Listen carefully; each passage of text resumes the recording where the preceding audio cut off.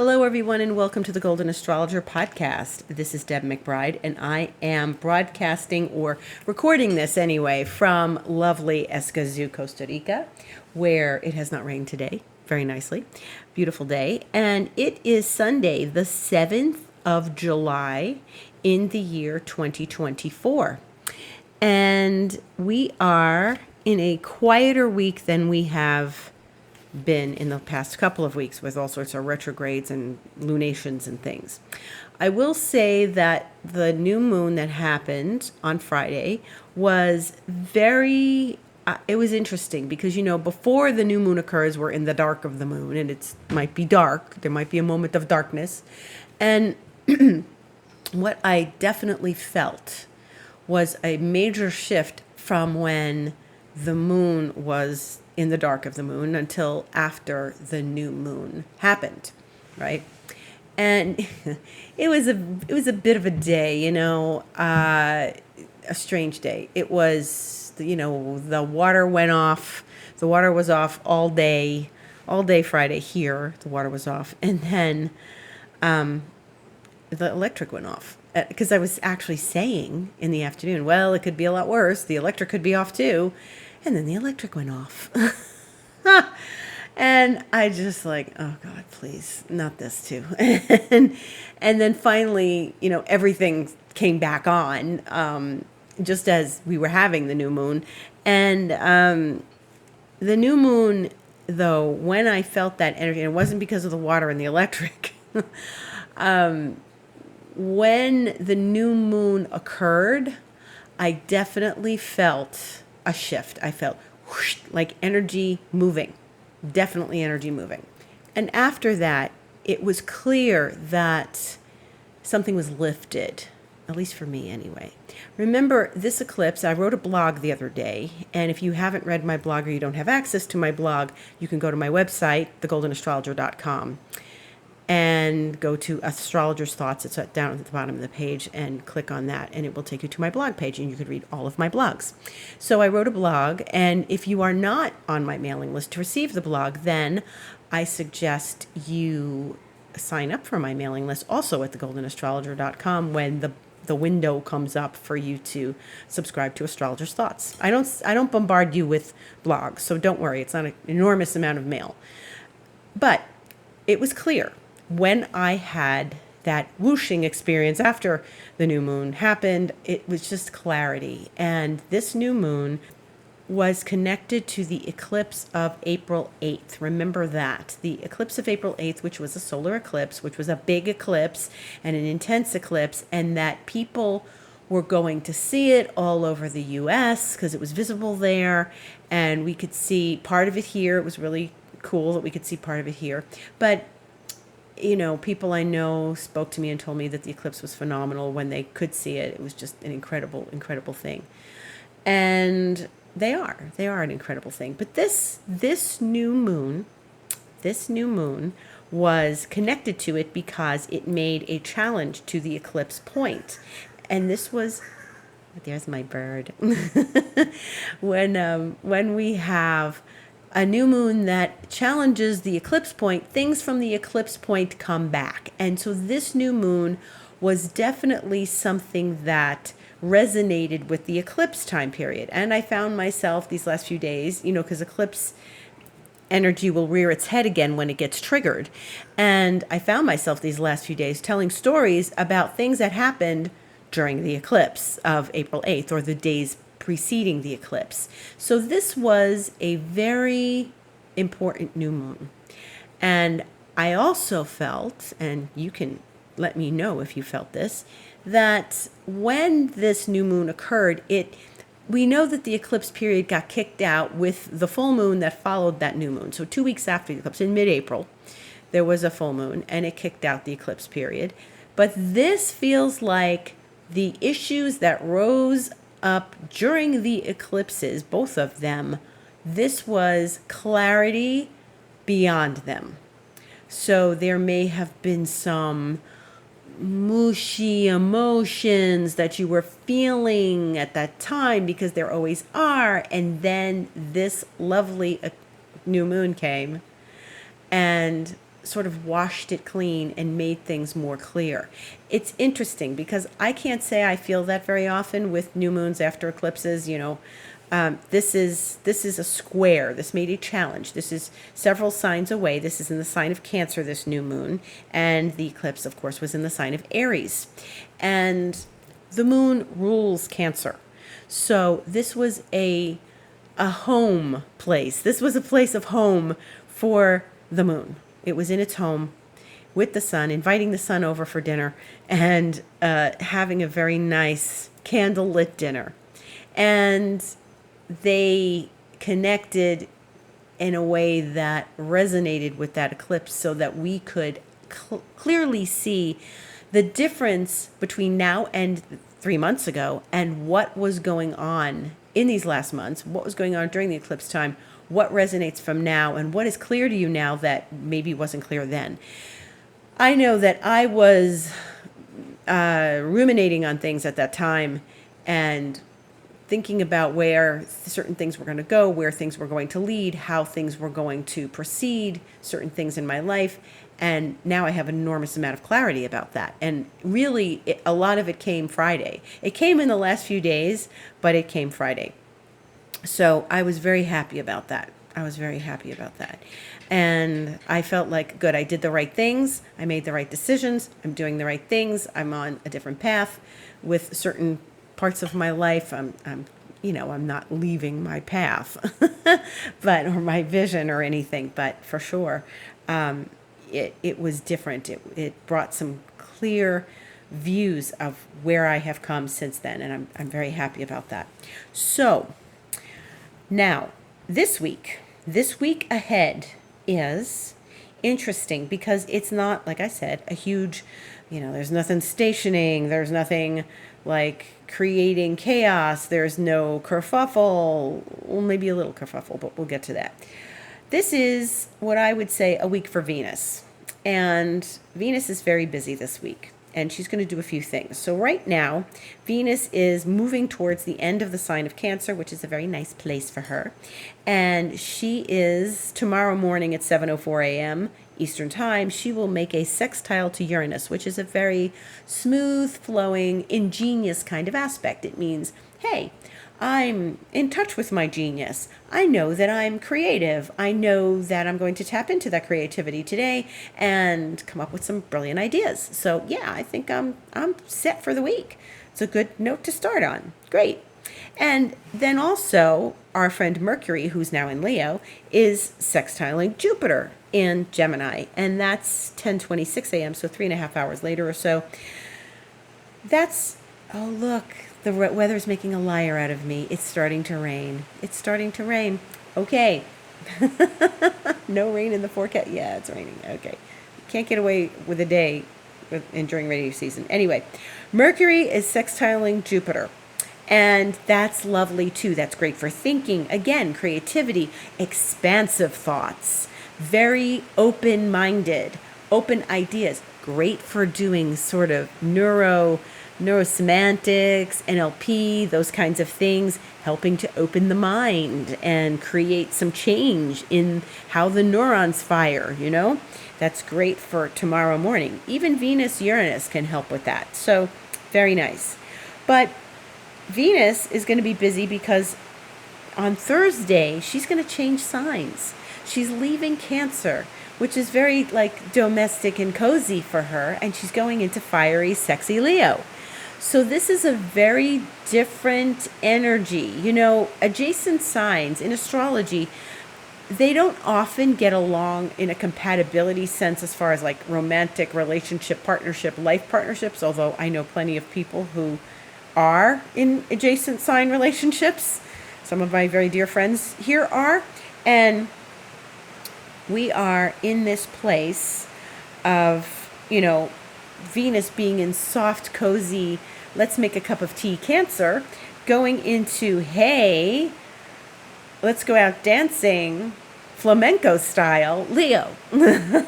and having a fabulous flamenco dance night, okay? And so this is very different energy. So Venus is going to leave Cancer Thursday But before she does, and this is the morning in Eastern time, before she does, she will trine Neptune, which is at the very end of the zodiac, as you know. And that is 10:32 a.m. Eastern time on Thursday. So Venus trine Neptune is beautiful. And she's talking to Uranus tomorrow sweetly. She's talking to Neptune Thursday very sweetly. And this is so lovely. So lovely. And so she's talking to all the outer planets this week. But she's really going to have a lovely conversation, water sign to water sign, from Venus to Neptune. That's deeply creative. That's sensitive. That's empathic. That's I'm here for you. That's we are friends and I will do what I need to do for you, in our friendship. And I'm here to care for you, and we care about each other. All those good things in our relationship and your children. It's all smooth. It's lovely, a little idealistic, but deeply creative and no less brilliant, really. It can be very brilliant ideas. So we're having this lovely Venus time, and then she's going to move into Leo 2 hours later, almost 12:19 p.m. Eastern time. She'll move into Leo from Cancer. So, interestingly, we know what happens when a planet now enters Leo this time of year. What does it do? It opposes Pluto. Pluto's at the beginning of Aquarius. Venus is going to go into Leo on Thursday and oppose Pluto on Friday. And so this is the third conversation she's having with an outer planet. So she's talking to Uranus sweetly, she's talking to Neptune sweetly, and then she's opposing Pluto, which is not so sweet. And Venus, Pluto, you have heard me say 1,000 times that this is the Persephone myth, and there's some relationship brouhahas, kerfuffles that could happen with Venus and Pluto. Now, if you are paying attention to Venus this week and you are finding smooth sailing with your loved ones, and then Friday comes, try to keep that smooth sailing going, okay? Because even though she's opposing Pluto, she's still loosely trying to Neptune, okay? And when she's trying to Neptune, she's already getting ready to oppose Pluto. So this is how we want to see this. We want to see this, that it's just a next step for Venus, and that she's not going to give us agita, that she's going to give us a pleasant surprise maybe with Pluto. So this is something that is, Pluto is the planet of transformation, and Pluto is the dark corners of the closet, and maybe some relationship things will surface, especially if you have a Venus-Pluto aspect that is a hard aspect, square, or opposition, especially the opposition. If you have a Venus-Pluto opposition in your chart, as I do, you may have what is called a recurrence. You will have what's called a recurrence. You may have an episode in your life, which could be a dream, a relationship blip, some sort of kerfuffle, a moment of jealousy, a something of something. Venus-Pluto is often, a bit of a soap opera. So you might be a woman with a Venus-Pluto opposition, and you're walking down the street and men whistle at you, okay? Maybe you are a man with Venus-Pluto opposition, and you are walking down the street, and there's a girl that looks like your girlfriend or your wife, and she is kissing another guy. And that's the energy of a Venus-Pluto. Now, it's not your wife. It's not your girlfriend that's kissing another guy. It's just the Venus-Pluto vibe of triangles that can happen, okay? So you're walking down the street, and it's like, ah, what was that? What is that? That woman? She looks like my what? What? Oh, but that's not her. That's not my wife. Okay, yeah, that's not your wife. But you can be in one of those dynamics, and that's the nature of Venus-Pluto. So this is interesting because We don't really know, and it depends. And if you are in a relationship and you have a Venus Pluto opposition, you're going to feel this. Maybe it's in your relationship. Maybe your person is jealous on some level and gives you a hard time about something. That could be it too. Who are you talking to on the phone? What, you not like this? What are you asking me for? And you're planning their birthday party or something, Interesting. So Venus Pluto's never dull. You can have a dream. Like, I've had Venus Pluto oppositions happen, and my late partner shows up in my sleep, and it's like, oh, that's what it was. Okay. Yeah. Something. And it could be like nice fireworks with the person you're with. It could be, ooh, yeah, fun, good, great. We're going out to dinner. We're having date night. Yeah. It's not stale. It's zesty. So enjoy it. Try to enjoy it, but name it. If you walk down the street and you look at someone who's kissing the person that looks like your partner, and you're going, what is that? Just name it. Oh, it's Venus. There's your Venus Pluto. That's it. Okay, that's your Venus Pluto. Your partner's not kissing somebody else. It's just a look-alike. It's a thing, unless truthfully that happens, but hopefully not. It could be, but what it often does is, if you are a Venus Pluto person, you will get a little zing from this. Now, if you're not a Venus Pluto person, this will just pass like everything else does, and you won't necessarily notice it, or it might be a little bit fun going out for a candlelight dinner with someone you like, and maybe it's a beginning of a spark. So that's a good thing. So when we start talking about things like Venus getting entangled with outer planets, there's a theme going on. There's a deeper energy happening for Venus that is not typical. It's not Venus is conjunct Mercury and you're calling friends and you're staying on the phone all day. Like, oh my God, I can't believe it. We're talking after all this time. Where have you been? It's so great to hear from you. It's not that. It's, go deep with yourself into creative energy. Go deep with yourself into opening to some maybe juicy ideas, maybe some deep longing for connection with other people. So this is important. So we pay attention to this. Venus is making aspects to all 3 outer planets from Monday through Friday. That's a lot. Okay. So please pay attention to that. Name it. If you have, like, I have a Venus Uranus opposition. I'm the Uranus-Pluto generation. So I'm a Venus-Pluto opposition, Venus-Uranus opposition, but Venus is sweetly speaking to Uranus tomorrow. So maybe I'll get a little creative spark, but it's not the same as when Venus opposes Uranus, right? Which will happen later this year. And so last week, remember, we had Mercury pop into Leo and then oppose Pluto, and that was Wednesday of last week. And so now we have Venus following in Mercury's footsteps, stepping out of Cancer, trining Neptune, stepping out of Cancer, going into Leo, opposing Pluto in Aquarius. And this is the first time Venus will oppose Pluto in Aquarius.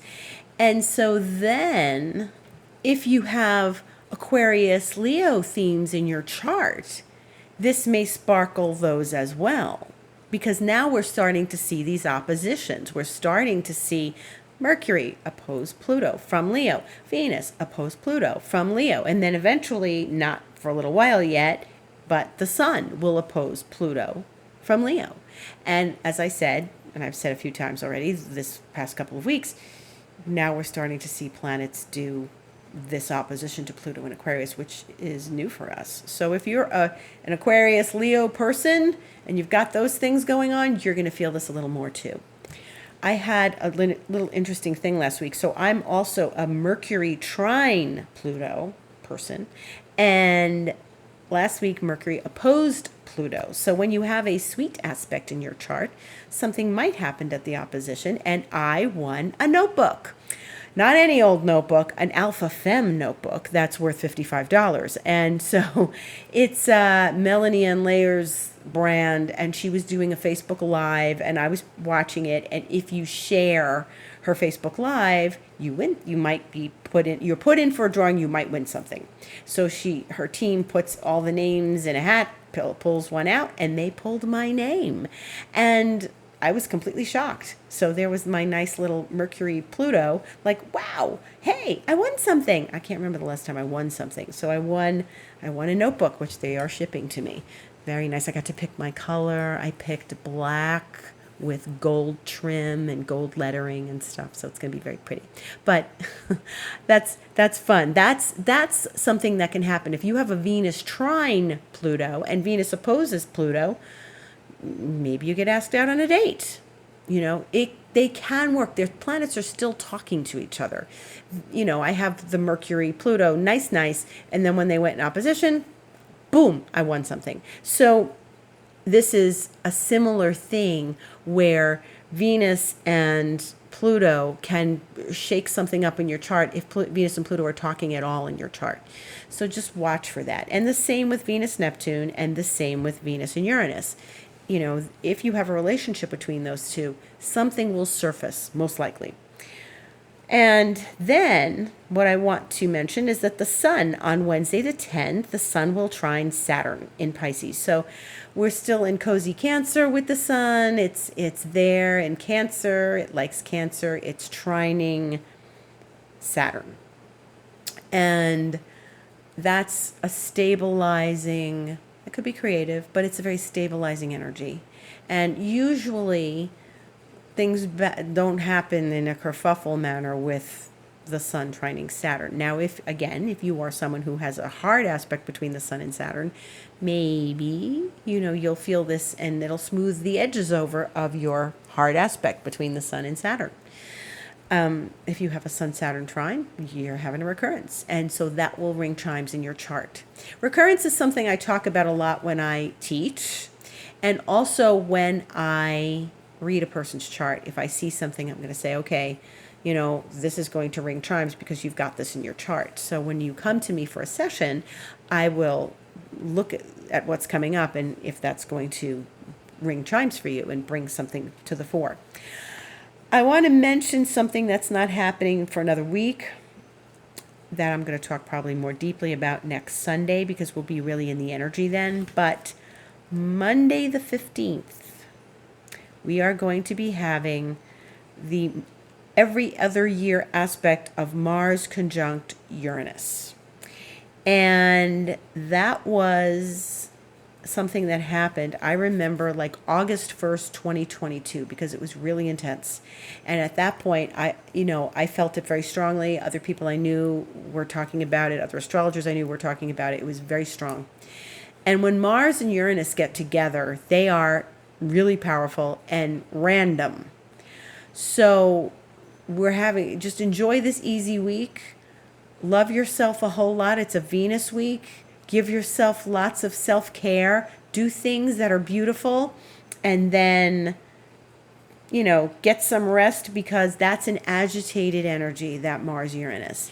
And it could make a sleepless night. It could make anxiety. It could make, temporary anxiety, not like years of anxiety and you're seeing doctors and things, just like moments of like, that kind of thing. It's a little bit of agita, And then, what's going to happen is the moon is in Scorpio at that point, and the moon will be triggering all of that. It will be triggering both of them on Tuesday afternoon, the 16th. So what we're doing those days is we're minding our P's and Q's. We're taking care of business. We're not losing our mind. We're doing as much as we can to stay calm. Meditation is a critical thing at that time. I would say you have to do it. And you've got to just keep your nervous system in check and go do something like a massage. Go do something that's going to give you, a nice, soothing, relaxing moment in your day. Now, that doesn't mean you won't get agitated.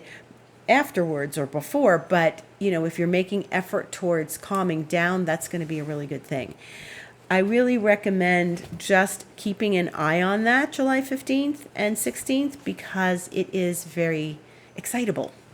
And you don't want to, this is one of those when Deb says, don't use road rage when you're driving. Watch out for other people who have road rage. Be careful when you're driving. Be nice to people. Take the anger down a volume. The volume of anger, you got to take it down a notch. And just, reason with yourself and be in a good place with yourself.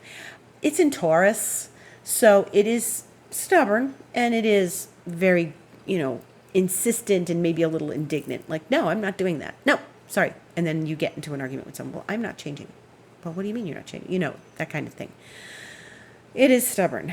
But we did have this 2 years ago, and I remember it very clearly. I remember what I was doing. And you may remember early August 2022 and how that brought some really intense energies forward. But it can be something very powerful for you, especially if you have Mars and Uranus in your chart, right? So it can be something very powerful for you. It's a big aspect.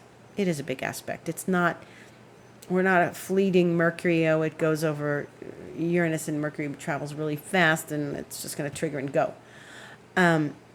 But this happens once, fortunately, only every 2 years, and we're just going to get a taste of it. And, they are very close to, remember that Jupiter and Uranus met back in April, and that Uranus is still not very far from where that is. And Mars is actually at 21 degrees right now and of Taurus. And so it's very, very close to where those two planets met, or just about exactly where those two planets met back on April 20th. And so this is something where that may get triggered. You may get an opportunity from this. It could be a surprising opportunity. But I do just want to lay the groundwork, let you know that this week is a little smoother and more comfortable. When we get into next week, and we'll be talking about this more on the podcast on the 14th, we're going to see more of this. And so it's going to get triggered too by the moon in Scorpio, which is in opposition, and moon doesn't like to be in Scorpio, remember?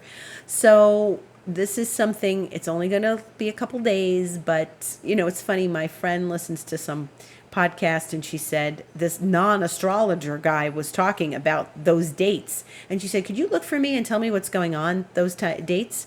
And I said, okay, and I'm just like, yeah, whatever. And I went, oh yeah, hey, something's going on that day, because this guy has a machine and he can predict some things, and maybe he saw a kerfuffle. But she was asking me about it, and I'm like, okay, yeah. She's like still talking about the 15th and 16th of July, and I'm like, if we don't make a mountain out of a molehill and we don't have like fright expectations, we're going to be fine. Okay. We're all still here after 2022. They're just, there may be some things. Don't let anybody get under your skin. That's the most important thing. And it all comes back to you. So you have control. You are dynamic. You have the control in your life. You can do this. You can handle this. And that's, but we're going to get into that more next week. Meanwhile, enjoy Venus this week. She's speaking sweetly to two outer planets. This is good. The Sun is speaking sweetly to Saturn. We're getting some well-deserved smoothness this week. And then we'll see what happens with Venus and Pluto. Thank you so much for listening. You know that I am available for you. I am here on the podcast every week. I am on Instagram during the week. I am on my website putting blogs up. thegoldenastrologer.com. Instagram is the Golden Astrologer, and I am available for astrology and for the beautiful, delicious 5D Reiki that I do. That is delicious and lovely, and just it's such a wonderful experience. So I always highly recommend that. And there is also my expansion mentoring, which I am welcoming anyone who wants to join me for 3 months, 6 months, or 12 months. And I would love if you contacted me, deb@debmcbride.com or info@thegoldenastrologer.com, to let me know you're interested and we can talk about it. Thank you so much for listening. Gratitude to everyone and all, and sending much love. Thank you, and we'll see you this week. Have a beautiful week.